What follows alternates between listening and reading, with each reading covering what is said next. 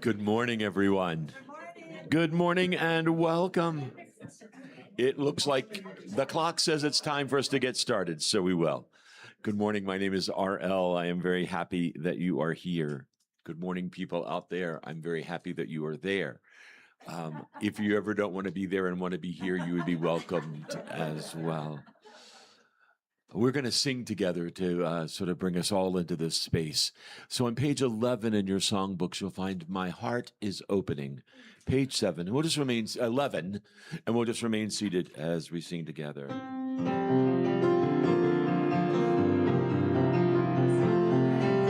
My heart is opening with love. My heart is opening. My heart is opening with joy. My heart is opening. My heart is opening. My heart is open. One more time. My heart is opening with love. My heart is opening. My heart is opening with joy. My heart is opening. My heart is opening. My heart is open.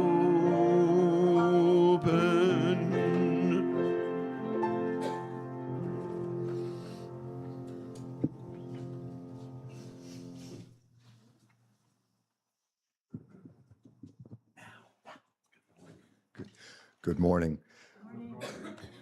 My name is Eric Newman. I'm a member of the Leadership Council. I get to be your speaker today. Before I begin, I really want to thank RL for that and for what's to follow. I'm looking forward to this so much. Can you hear me okay? I tend to get intimidated by the volume.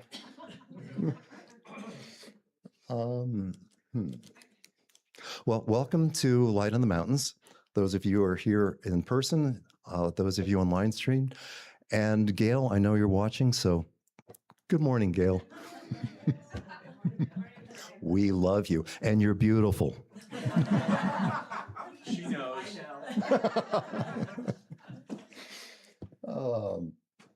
Let's see. So easy. Some announcements this morning. Lake Perkins, the retreat is coming up. It's time to get your full payments in. We've got to get a check into them. So we've set the end of this month as get it all in order. If you have any special dietary needs, be sure to fill out the form that was sent to you. If you didn't get one, please let me know afterwards. All the rooms are filled. However, if you would like to come up and camp or you have an RV, there's still tons of space. This is for those of you who may not know, the retreat is at Camp Perkins beginning August 21st, Friday, August 21st. And we will not have service here. Service will be Light on the Lake Sunday the 23rd. Let's see, the retreat rooms I think are filled. Everyone is welcome. And the suggestion is if you would like to attend and you're not going to spend the weekend up there, but you'd like to attend Sunday service on the lake, we can arrange carpooling here, leaving from here about 8 o'clock would be my guess, would be safe. So, what else? 8's good? 8:30. 8:30. Yeah. Okay. We'll work it out. Let's see. Birthday Sunday is next Sunday. If you're having a birthday in August, we want to celebrate you next week. So we'll do that. If your birthday is anytime in August. And then one thing not on my agenda was that I woke up this morning thinking about, can you hear me okay still? I tend to do this. I was thinking about it this morning before I got out of bed. We did a canoe trip in May on Silver Creek, really well attended. I think we had about 30 people. And this morning I woke up and I went, you know what? It's time to do one again. So I think in September, if you're interested, let me know in the social hall afterwards. I'm thinking maybe we'll do a evening picnic in the Conservancy section. So hopefully see some moose evening. Should be just tranquil, beautiful. The Conservancy section. Nature Conservancy. It's at Silver Creek. And if you haven't floated that before, it's incredible. So anyway, that's kind of, we'll talk about it, but it's in formation. Let's see, let's do the monthly affirmation, please. It'll be on the page in the insert underneath RL's wonderful picture. July's Four Agreement affirmation, please repeat with me. I speak with integrity, release what isn't mine, question my assumptions, and offer my best, knowing my best is enough. Let's see. I'd like now to invite Pam to come up. I am so looking forward to your talk. Good morning. I'm Pamela Martin, a practitioner here at Light on the Mountains. And I would like to just invite you to go within, perhaps close your eyes, and just take a deep breath. Find yourself here, going within, going deeper, letting go of thoughts. And so we come together here in spiritual community to acknowledge that presence of peace within, that presence, that life force that is ours, that spiritual essence that guides us through life. And we open to the wisdom of so many people here that we give thanks for, who come and share their knowledge of how to be their best self, of how to go within, of how to open to spiritual guidance. As we become more peaceful, we are able to do that. And so I give thanks to all of you for coming here today so that we can be together in spiritual community.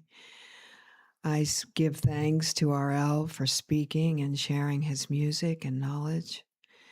And I give thanks for this beautiful sanctuary and all of the people who make it work and happen.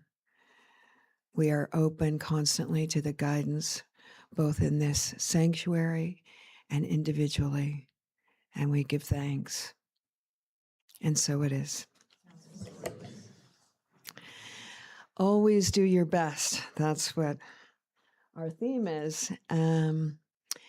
So doing our best, doing my best this winter became about becoming my best self.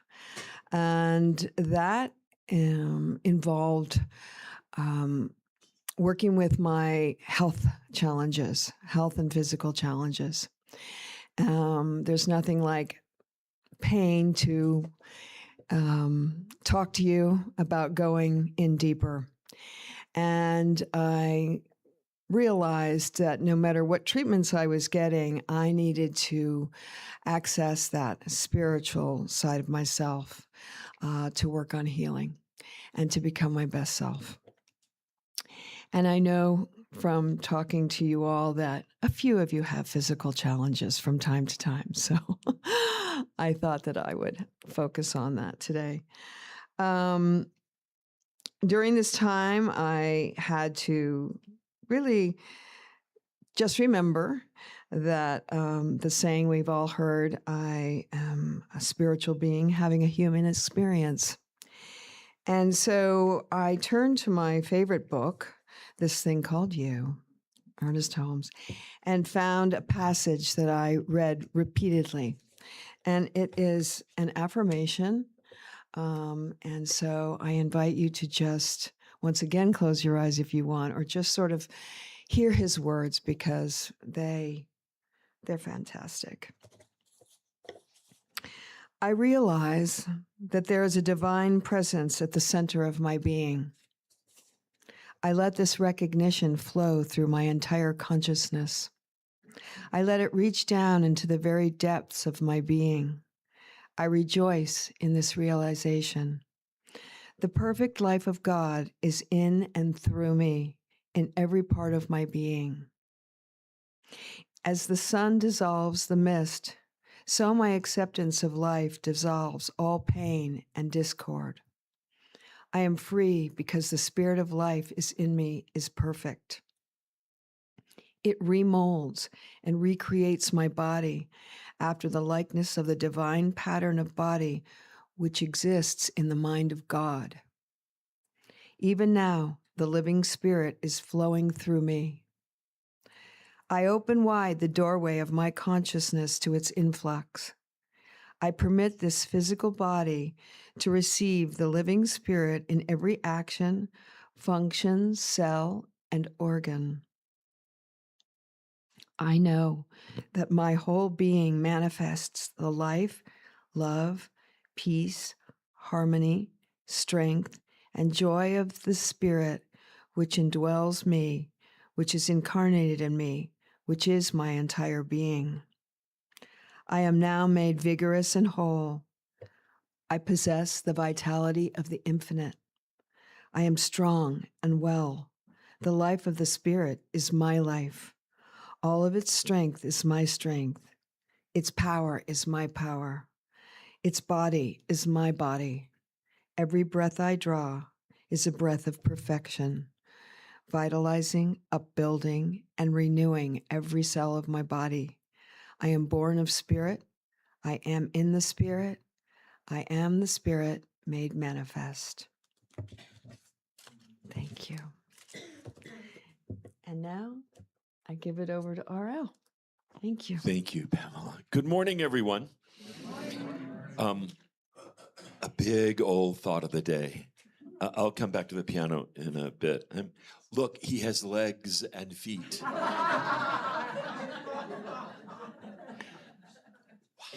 Hi, everybody. You're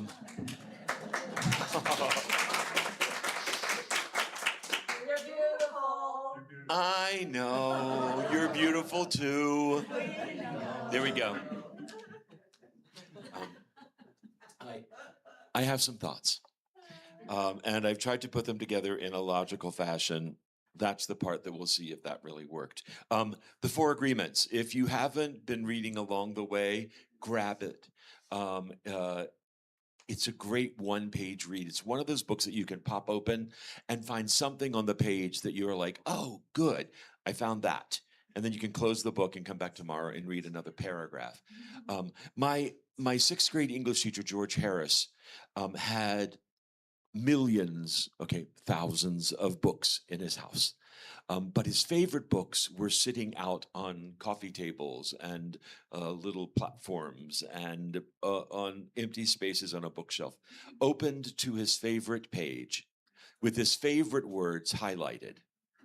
So if you happen to pick up a book, you might pick up one of his favorites.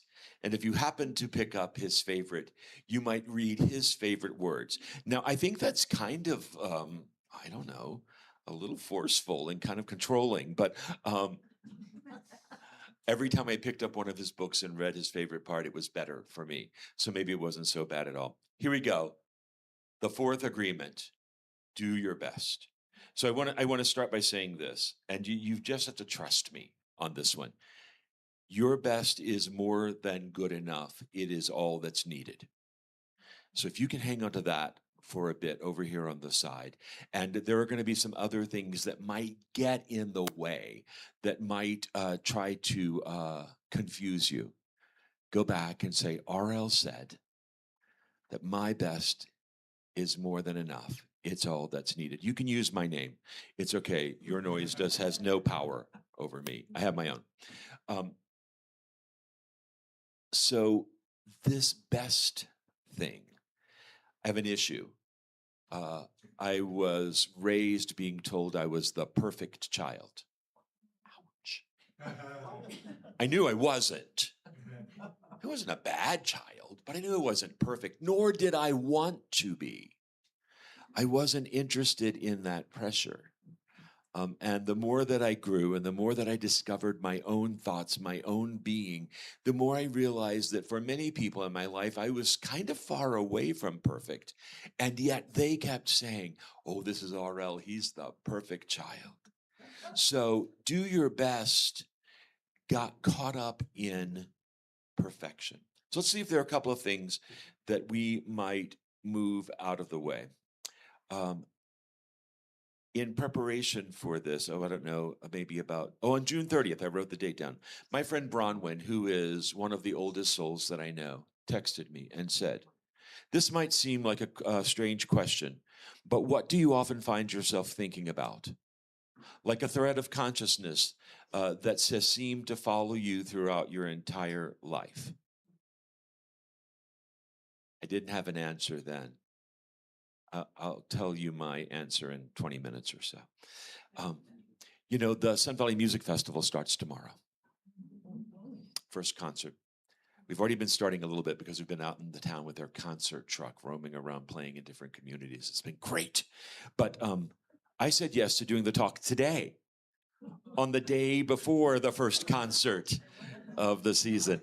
I'm the operations director for the Sun Valley Music Festival. There comes some responsibilities in getting those concerts ready. And so for days I've been going, tonight I'm going to sit down and really think about what I'm going to say. Tomorrow will be the time that, and then I started to get a little sweaty when I started to think about it. And then Friday afternoon, the universe said, hey, here's everything you need to know. And by last night, I had to say, you guys, this isn't a 3-day retreat. It's a talk.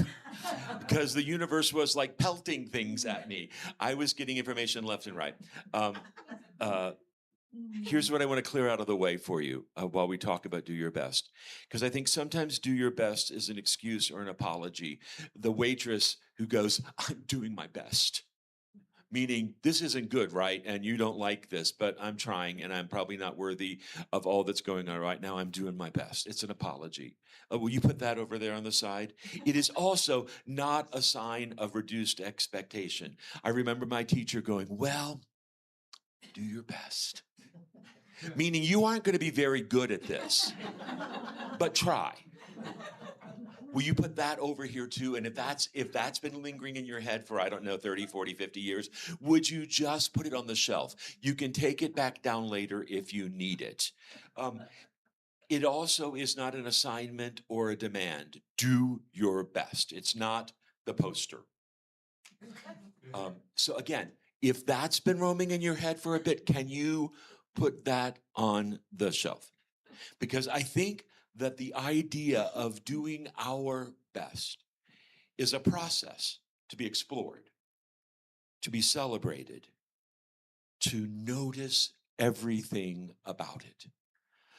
Yesterday, I drove the big Penske box truck back to Twin Falls. Now, this is not your 26-foot U-Haul.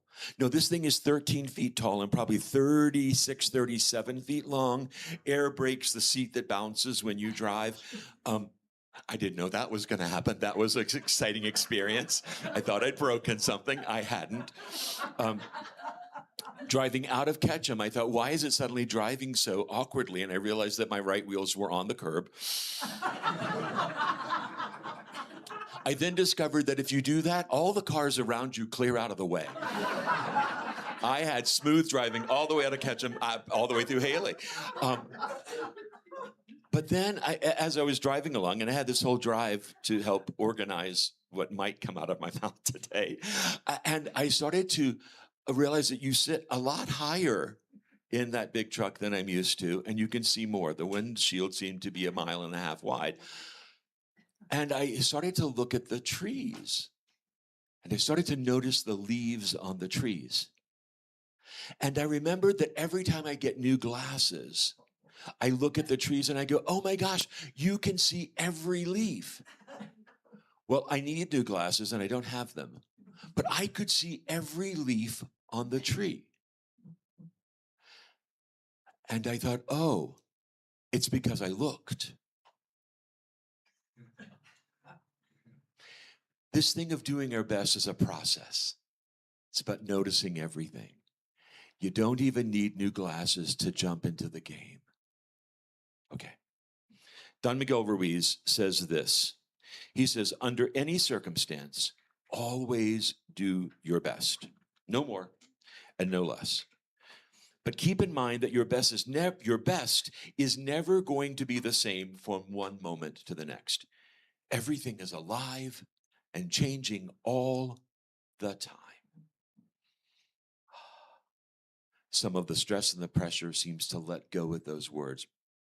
It's right in the opening of the chapter. When you get your book and you pull this out, read that a few times. It's good to come back to. I tried to narrow this down to 4 things that I wanted you to know. I have 7. Here you go. Here are the 7 things I would love for you to walk away with. I'll remind you of them when we're done so that you can do your best. You're already doing it right now. You are already in the process of doing your best. Every day, every moment.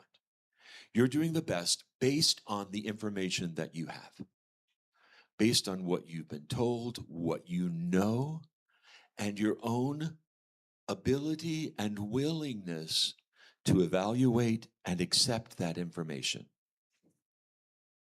Based on your own willingness and ability to evaluate and accept that information. You're already doing it.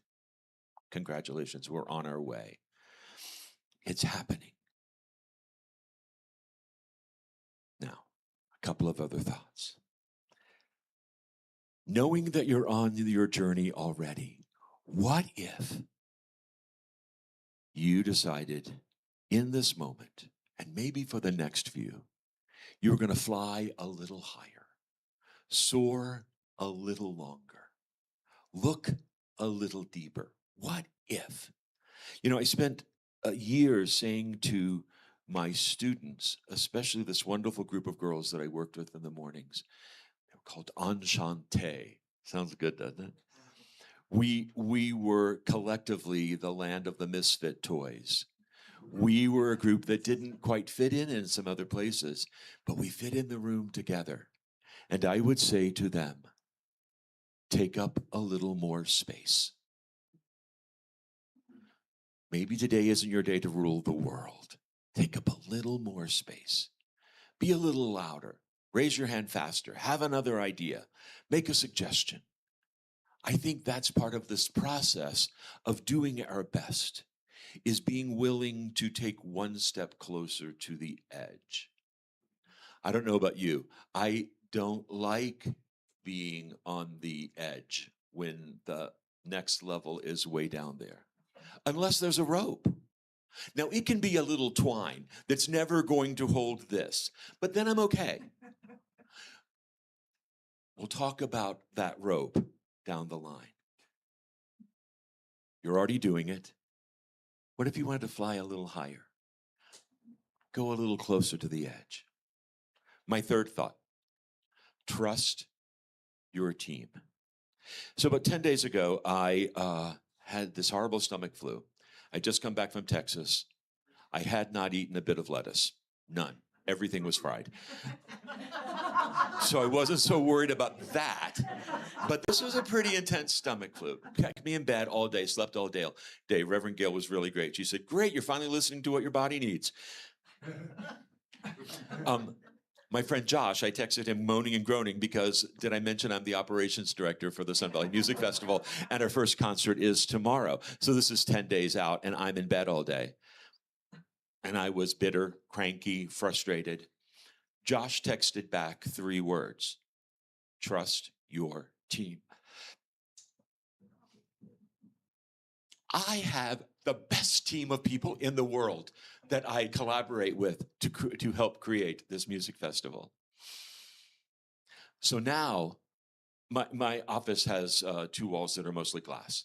And taped up on the glass wall, not over here, because then only I could see it, but over here, is a little piece of paper. I found a really great font, and it says, "Trust your team."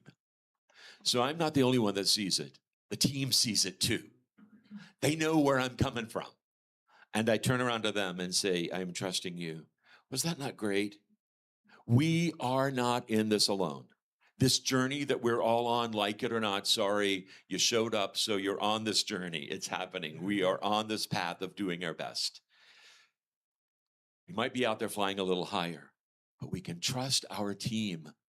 We don't have to do it alone. And when it gets too scary on the edge, you can reach back and grab someone's hand. Or when you're going a little too fast, you can go, whoa. And if you've driven on the curb with the truck going out of Ketchum, you can stop and text your friend and say, "Am I really okay?" Years ago, 20 years ago, I was still working with Company of Fools, which is, thank you, Company of Fools, the reason that I came to the Valley. And we were working with a man named Ben Cameron. I could remember Ben's first name. I couldn't remember his last name. I Googled guy who used to lead community engagement and philanthropic work for Target, then went to NEA. The person that you're thinking about is Ben Cameron. Ben Cameron. In one of our, Ben came out several times to work with Company of Fools to help us figure out some organizational things. He was brilliant. And he said this. He said he was often asked, "Why theater?" And here was his answer. I still, 20 years later, first of all, remember it. And number two, share it. He had three parts. Number one, in a world, and this was 20 years ago, he said this, in a world where multitasking is the norm. Well, that's grown exponentially. Going to the theater is a commitment for an hour, 90 minutes, 2 hours, not to. You silence your phone, you put it away. Hopefully, you're engaged enough with what's going on the stage that you are rather singular in your focus on the topic. He said, it's the chance to look at a situation, any situation, through the lens of someone else's eyes. And through that, to begin to cultivate things like empathy and compassion and curiosity. And number three, he said, acknowledging that we are all creative beings. Theater as a collaborative art form is a reminder that as a collective, we are unstoppable. Trust your team. You're already on the path. What if you want to fly a little higher? Trust your team. Okay, so number four. Number four. Don't try too hard.